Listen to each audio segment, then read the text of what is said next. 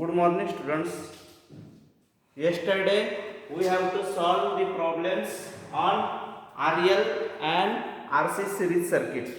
Today we have to solve the problems on RLC series circuit. Okay?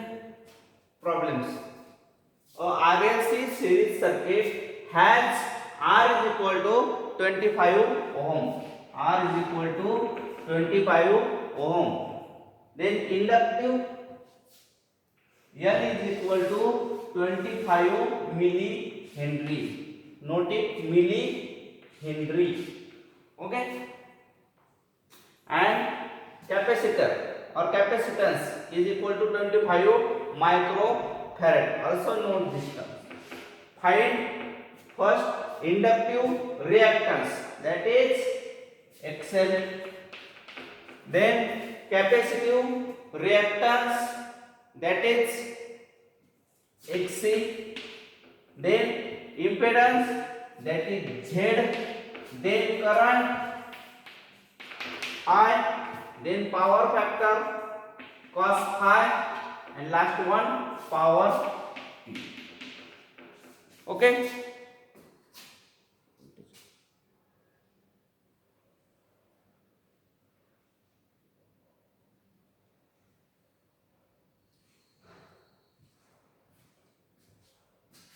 And voltage is 200 volt, frequency 50 hertz.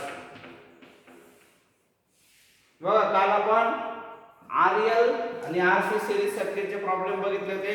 आज बघायचं आहे RLC series circuit. Problem आहे, read दिस problem. Problem मध्ये फक्त voltage राहून लिहिलं, आपल्याकडून दिलंय 200 वोल्ट 50 हर्ट्ज. ऍड करून घ्या तेवढा. ओके. फर्स्ट गिवन मध्ये काय काय दिलंय? R is equal to 25 ohm. Then L is equal to 25 millihenry. In previous problem only present Henry.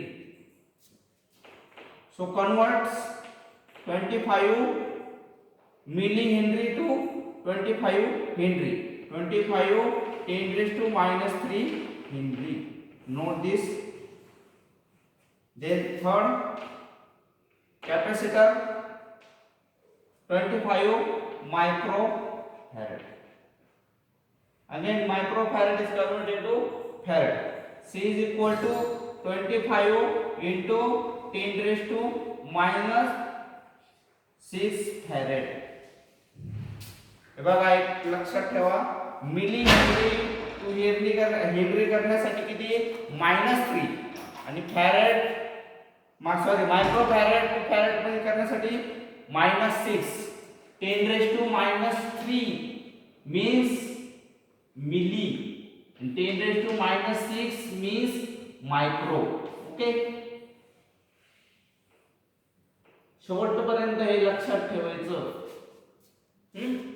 Okay. Voltage दिली आपल्याला 200 व्होल्ट आणि फ्रिक्वेन्सी दिली आहे 50 हर्ट्ज. व्होल्टेज किती दिले? 200 व्होल्ट आणि फ्रिक्वेन्सी किती दिली? 50 hertz. First solve inductive reactance.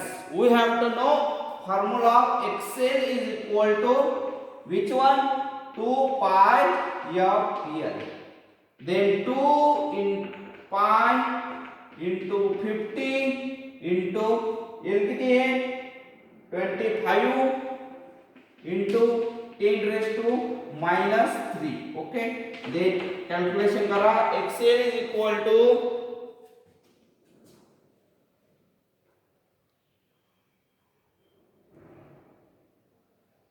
7.85 ohm. 7.85 ohm हा आला तुमचा XL. 7.85 ohm then we calculate xc. xc is equal to formula काय आहे 1 upon 2 pi fc. 1 upon 2 pi fc. Okay, therefore 1 upon 2 pi 50 into किती आहे 25 into 10 raised to minus 6. म्हणजे xc किती आला रे xc किती आला 127.32. 120 xc is equal to 127.32 ohm आहे 32 ohm. हा झाला तुमचा xc. Okay, then z, then we calculate z. then we calculate z. जसं आपण बघितलं तर RL मध्ये फॉर्म्युला काय होता RC सिरीज सर्किट में z चा z is equal to under root of r square plus xl square. Okay, then z is equal to RC मध्ये z is equal to r square plus xc square. तसा RLC series मध्ये z चा formula काय आहे under root of r square plus xl minus xc चा square. xl minus xc चा square. Okay, मग आता या फॉर्म्युल्यात टाकायचं. जेव्हा सिरीज RL असेल तेव्हा हा फॉर्म्युला टाकायचा, RC चा प्रॉब्लेम असेल तेव्हा हा, आणि RLC चा प्रॉब्लेम असेल तेव्हा हा फॉर्म्युला टाकायचा. ओके, मग आपण आता इम्पेडन्स कॅल्क्युलेट करू. ओके, फॉर्म्युला आहे under root of r square plus xl minus xc square. Okay, under root of RL square under root of r square plus xl minus x square. ठीक आहे, आपल्याला माहिती आहे therefore z is equal to value टाकायची आहे r किती आहे 25 ओम, 25 चा स्क्वेअर प्लस xl किती आला आहे 7.85 चा स्क्वेअर माइनस 1.27 चा स्क्वेअर. ओके,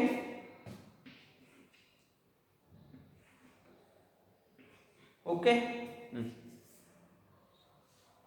अदरवाइज याला आपण असं पण लिहू शकतो, ही मेथड वापरा, किंवा z is equal to under root of 25 square plus in bracket 7.85 minus 127 bracket square 127.32 bracket square 127.32 sorry 127.32 bracket square असं लिहिलं तरी चालेल. therefore मग कॅल्क्युलेट करा, z is equal to काय आलं मग 122.06 ohm is a z 122.06 ohm. then for calculate काय करंट. ओके, करंट फॉर्म्युला बघितला तर I is equal to काय फॉर्म्युला बघितला तर z is equal to VI. therefore I is equal to काय फॉर्म्युला बघितला तर काल आपण सांगा, सॉरी काय फॉर्म्युला बघितला तर आपण काय फॉर्म्युला बघितला आता V is equal to I Z. Therefore I is equal to V upon Z. V upon Z. Therefore I equal to V किती आहे 200. Z किती आहे 122.06. Therefore I is equal to current किती आला 1.64 ampere. 1.64 ampere. आला. Then calculate power factor. Power factor चा काय formula आहे cos phi. We know cos phi is equal to R by Z. Resistance and impedance. R किती आला आहे R किती तुमचा 25. Z किती रे कॅल्क्युलेट केलेला आहे 122.06. Therefore cos phi is equal to cos phi is equal to 0.21. 0.21.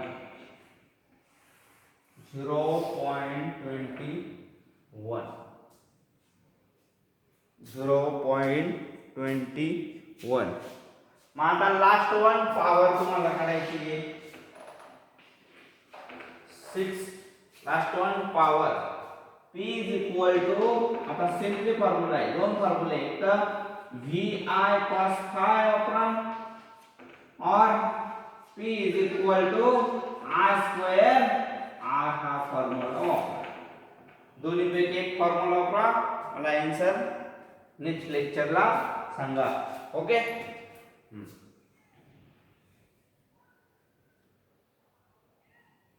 परत बघायचा प्रॉब्लेम.